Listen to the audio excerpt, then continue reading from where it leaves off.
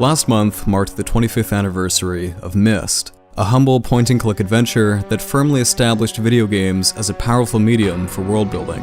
With well over 6 million copies sold, it remained the #1 best-selling PC game for almost 10 years, and single-handedly catalyzed the widespread adoption of CD-ROM technology.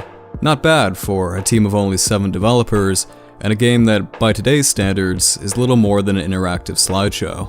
But the thing that's always interested me the most about Myst is how nearly all of the franchise's most iconic elements, the islands, the characters, and, of course, the books, were all the direct result of the original game's harsh technical limitations. And that's not just personal speculation. Co-creators Rand and Robyn Miller have openly discussed how the expansive story of Myst came a distant second to its world design. And without the slow rendering technology or restrictive hardware specs of 1993, there's a decent chance that the linking books, along with the rest of the series' defining aspects, might never have come to be.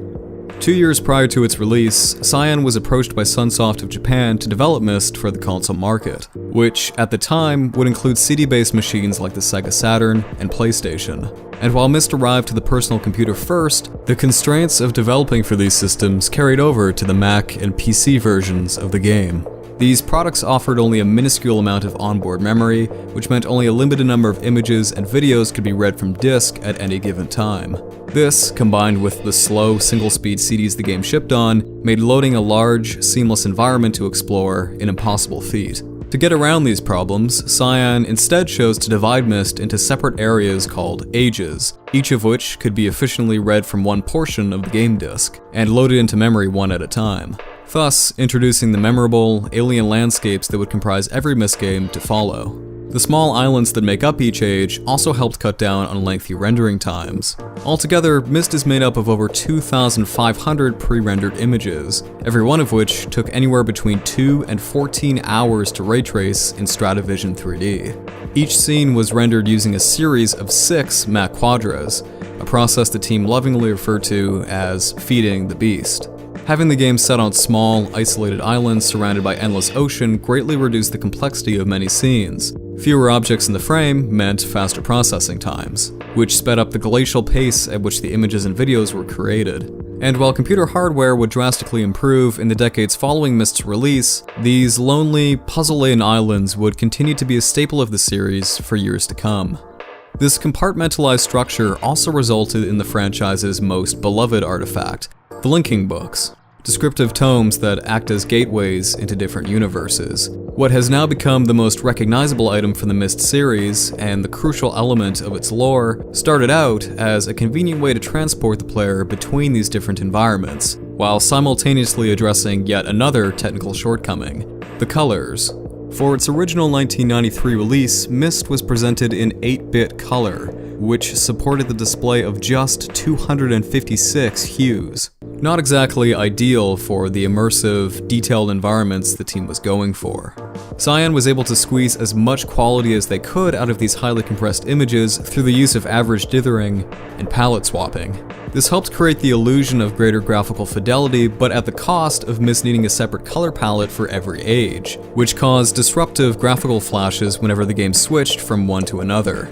So not only were the books conceived as a means of teleporting the player to each new world, but the linking sequence itself was an opportunity to hide the palette swapping behind a black screen. And once again, while these color restrictions would eventually become a problem of the past, the iconic act of clicking a panel, cutting to black, and then jumping to someplace new became a hallmark of the entire series. These panels also served a secondary purpose, which was to mediate the interactions between the player and the characters within the game world.